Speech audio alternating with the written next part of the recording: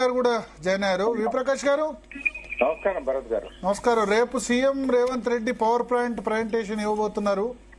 అందరినీ పిలుస్తున్నారు. దాదాపు జర్నలిస్టులకు అందరికీ ఇన్వైట్ చేశారు. స్వయంగా ఆయన మూసీ ఇన్వైట్స్ పేరుతో ఇవ్వబోతున్నారు.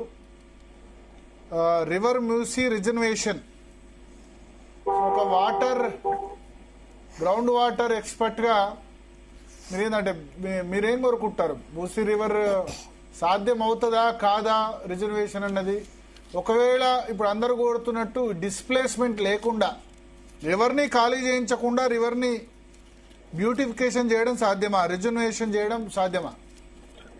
ఫస్ట్ ఏంటంటే అసలు బార్డర్స్ ఏవైతే మూసీకి నిర్ణయించారో అది ఈ మధ్యన జరిగింది. 2022-23లో కేటీఆర్ గారు పట్టుబట్టి భారతదేశంలోనే మొట్టమొదటిసారి ఒక నదికి బౌండరీస్ అనేది ఫిక్స్ చేయించారు. ఇప్పటి వరకు భారతదేశంలో ఉన్న ఏ నది కూడా బౌండరీస్ లేవు, బౌండరీస్ లేవు, ఫ్లడ్ ప్లేన్స్ లేవు. వీళ్ళకి దాన్ని ఎఫ్టీఎల్ అంటున్నారు. ఎఫ్టీఎల్ అనేది ఉండదండి నదికి. నదికి ఉండేది ఫ్లడ్ ప్లేన్స్ ఉంటాయి. రేపు మరిచెన్నారెడ్డి మానవ వనరుల సంస్థలో 18th రోజు ఒక సెమినార్ పెట్టారు కేంద్ర జల సంఘం సిడబ్ల్యూసీ వాళ్ళు అడిగారు కొన్ని క్వశ్చన్స్ ఇరిగేషన్ ని. ఫ్లడ్ ప్లేన్ ఎంత ఉంటుంది అంటే వీళ్ళకి తెలియదు, దిక్క ముఖాలు వేసుకున్నారు. ఒక నదికి ఎఫ్టీఎల్ ఉండదు, ఫ్లడ్ ప్లేన్ ఉంటది. బఫర్ జోన్ నిర్ణయించాలంటే ఫస్ట్ బౌండరీస్ నిర్ణయించాలి. మరి ఎప్పుడో వెనకటి కాలంలో వీళ్ళు బఫర్ జోన్ అన్నారు. యాక్చువల్ గా బౌండరీస్ అనేది మొన్న 2023లో డిసైడ్ చేశారు. సరే, ఏది ఏమైనా కూడా వెనకటి కాలం కాదు కదా. ఇప్పుడు ఎక్కడ వరదలు వస్తున్నాయంటే మొన్న ఇంజనీర్ల లోపాల వల్ల వాళ్ళు సరిగ్గా రెగ్యులేట్ చేయక, గేట్లు సరిగ్గా ఎత్తక వరదలు వస్తున్నాయి తప్ప మూసీకి పెద్దగా వరదలు వచ్చిన సందర్భం లేదు. ఒక 1962లో 65లో వచ్చాయి. మళ్ళీ తర్వాత ఈ వరదలు అనేది 22లో కూడా వచ్చింది. 22లో మొత్తం ఎల్బీ నగర్ ఆ ఏరియా అంతా అతలాకుతలమైంది కదా. అంటే వీళ్ళు ఇక్కడ మన సిటీలో ఉన్న నాలాలను సరిగా చేయలేక వచ్చినాయి తప్ప మెయిన్ గా మూసీకి వచ్చిన వరదలు ఏంటంటే రెగ్యులేషన్ పొరపాట్లు అవి. దానికి ఉంది. ఇప్పుడు వెనకటి కాలంలో అంటే 4,50,000 క్యూసెక్స్ 1908లో వచ్చాయి. అప్పుడు ఈ రోజు రిజర్వాయర్ లేవు.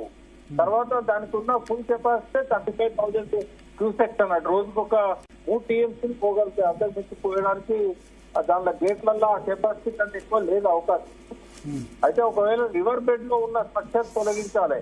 రివర్ బెడ్ లో ఉన్న స్ట్రక్చర్స్ మనం తీసుకున్నట్టయితే ఫస్ట్ బాపుఘాట్ అనేది మనకు ఫ్లడ్ ప్లేన్ లో ఉంది. బాపుఘాట్ అనేది కాంక్రీట్ అయిపోయింది. అక్కడంతా కాంక్రీట్ జనరల్ చేశారు.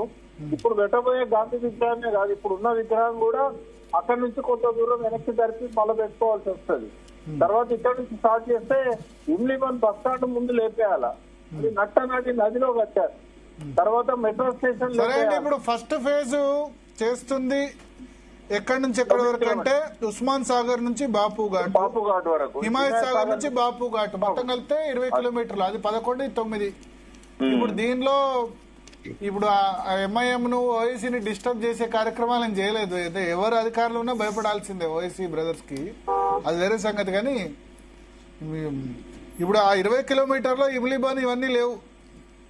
20 కిలోమీటర్లు ఉంది. ఎక్కడి నుంచి అంటే ఉస్మాన్ సాగర్ టు బాపుఘాట్, హిమాయత్ సాగర్ టు బాపుఘాట్ ఉన్న దానిలో తక్కువ మంది నిరాశ్రయులు చేసే రూట్ ని ఎంచుకున్నారు వాళ్ళు కూడా. ఇమ్లీబాన్ అంటే మళ్ళీ ఎంఐఎం పంచాయతీ చేస్తుంది. అది ఇప్పుడు అది చేయడం వల్ల ఏం లాభం జరుగుతుంది? ఆ 9 కిలోమీటర్లు చేయడం వల్ల ఏం లాభం జరుగుతుంది హైదరాబాద్ ప్రజలకు?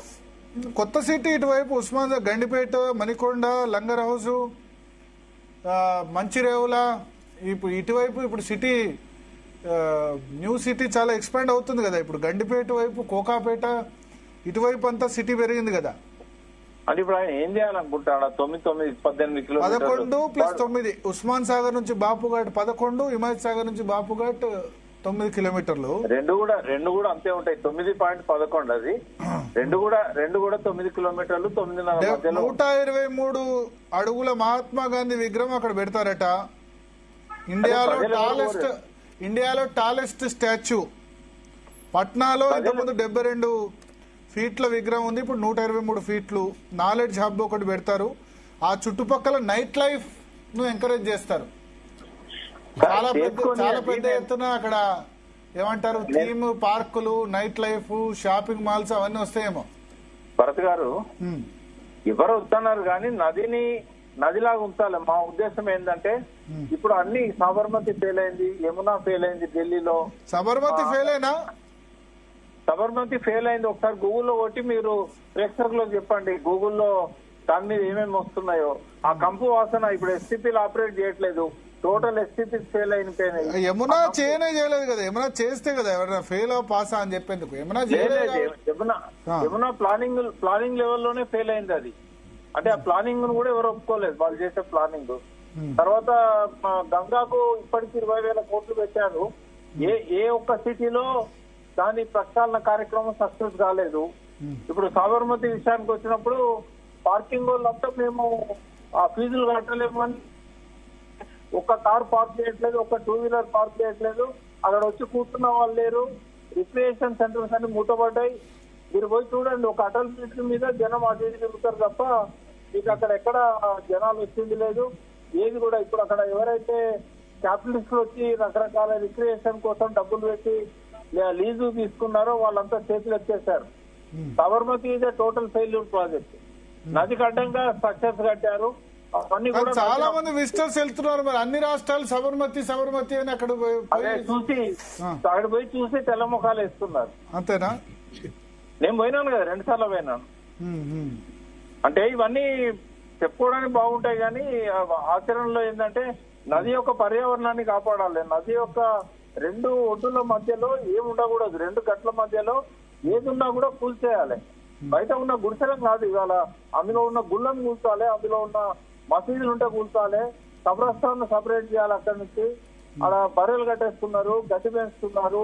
ఒక బాపుగాడు పైన ఆయన పెద్ద ఇబ్బందులు ఉండకపోవచ్చు, ఒక ఇట్లాంటి కొన్ని నిర్వాసితుల సమస్య తప్ప పెద్దగా ఉండకపోవచ్చు. కానీ 55 కిలోమీటర్ల స్ట్రెచ్ ఏదైతే ఉన్నదో ముందు ఫ్లడ్ ప్లేన్స్ అనేది డిసైడ్ కావాలి. బఫర్ జోన్ ఎంత ఉండాలి, తర్వాత ఎన్ని మీటర్లు ఉండాలనేది డిసైడ్ కావాలి. గతంలో 2 జీవోలు ఇచ్చారు, 168 ఒకటి, జీవో నంబర్ 7 ఒకటి. జీవో నంబర్ 7 టీఆర్ఎస్ ప్రభుత్వం ఇచ్చింది. అంతకుముందు కిరణ్ కుమార్ రెడ్డి 2012 లో 168 జీవో ఇచ్చాడు. 50 మీటర్ల నుంచి 100 మీటర్లు అని చెప్పారు. అర్బన్ లో అయితే 50, రూరల్ లో అయితే 100 మీటర్లు అని ఆ జీవోలలో ఉంది. మరి ఇప్పుడు 50 మీటర్లు అంటే బాపుఘాట్ కూడా ఉండదు, అక్కడ నది మధ్యలో కట్టిన ఇమ్లీవాన్ ఉండదు, మెట్రో ఉండదు, ఏ రకమైన టెంపుల్స్ కూడా ఉండడానికి వీల్లేదు. మరి ఇవన్నీ చేయగలుగుతారా రేవంత్ రెడ్డి? ఒక 9 కిలోమీటర్లు అంటే దాన్ని సపరేట్ గా మాట్లాడుకుందాం. ఇవాళ సుందరీకరణ ఎవరు కోరట్లేదు, శుద్ధీకరణ కోరుతున్నారు. వాళ్ళు కూడా బ్యూటిఫికేషన్ అనట్లే, రిజర్వేషన్ అంటారు. వాళ్ళు చేంజ్ చేశారు. ఇంతకుముందు బ్యూటిఫికేషన్ అన్నారేమో, పునరుజ్జీవం అంటున్నారు. అంటే గోదావరి నీళ్లు తెచ్చుకోవడం పునర్జీవం కాదు. అనంతగిరి నుంచి వాటర్ హార్వెస్టింగ్ చేసి మంచి స్వచ్ఛమైన ఊటలు వచ్చేటట్టు. అనంతగిరి నుంచి వాటర్ రావాలంటే వర్షపాతం లేని జీవనది కాదు, ఎట్లా వస్తుంది? మరి నదిలో బయట నుంచి నీళ్లు తెచ్చిపోయడమో లేకుంటే డ్రైనేజీ నీళ్లు పోయడమో దాన్ని నది అని ఎట్లా అంటామండి? ఇప్పుడు మరి ఎట్లా కాళేశ్వరం ప్రాజెక్ట్ కూడా అంతే కదా, ఇక్కడ నుంచి తీసుకొచ్చి వేస్తున్నారు. నేనేమంటున్నా అంటే నువ్వు హిమాయత్ సాగర్ గండిపేట నింపి ప్రజలకు తాగడానికి నీళ్లు ఇవ్వు, దాన్ని ఎవరు అపోజ్ చేయరు. నీ బ్యూటిఫికేషన్ కోసం ఎక్కడైనా ఒక చిన్న పాండ్ లాగా చేసి బోట్లు పెట్టుకో, సరోవర్ అంటున్నావు కదా, పెట్టుకో, ఎవరు వద్దన్నారు. కానీ ఈ నిర్వాసితుల పేరుతో వీళ్ళందరినీ లేపడం అనేది, ఒకవేళ లేపినా కూడా వాళ్ళకు ముందు వాళ్ళ కాన్సెంట్ తీసుకొని వాళ్ళకి మంచి అకామిడేషన్ ఇచ్చి, కేసీఆర్ గారు ఉన్నప్పుడు ఏమనుకున్నారు, రేస్ కోర్స్ షిఫ్టింగ్ చేసి అక్కడ వీళ్ళందరికీ పునరావాసం ఇవ్వాలనుకున్నారు. ఎందుకంటే అక్కడ పనిచేసే వాళ్ళు ఉంటారు, డ్రైవర్లు ఉంటారు, బాసన్లు దొంగ వాళ్ళు ఉంటారు. వాళ్ళకి అక్కడికక్కడ పని దొరకాలి. ఎక్కడో పెడితే వాళ్ళు నందనవనం ప్రాజెక్టు పెడితే చంద్రబాబు నాయుడు ఎవరు పోలే. ఒకటేమో నదిలాగా బతకనియాలి. నది అనేది ఒక మన కోసమే కాదు, నది అనేది సమస్త జీవరాశుల కోసం. అవన్నీ కూడా చూసుకోవాలి కదా. కేవలం వాళ్ళు ఏదో వెనకటి నుంచి ఉన్నారు, వాళ్ళు ఎంతమంది ఫ్లడ్ ప్లేన్లకు వస్తున్నారు, ఎంతమందికి వరదలు వచ్చినప్పుడు మునిగిపోయే పరిస్థితి ఉన్నది. నువ్వు నీళ్లే బయట నుంచి తెచ్చిపోస్తూ ఇంకా వరదలు ఎక్కడి నుంచి వస్తాయి? రెగ్యులేట్ చేయొచ్చు కదా మూసీని. ఒకసారి సంగప్ప గారి విషయం తీసుకుందాం.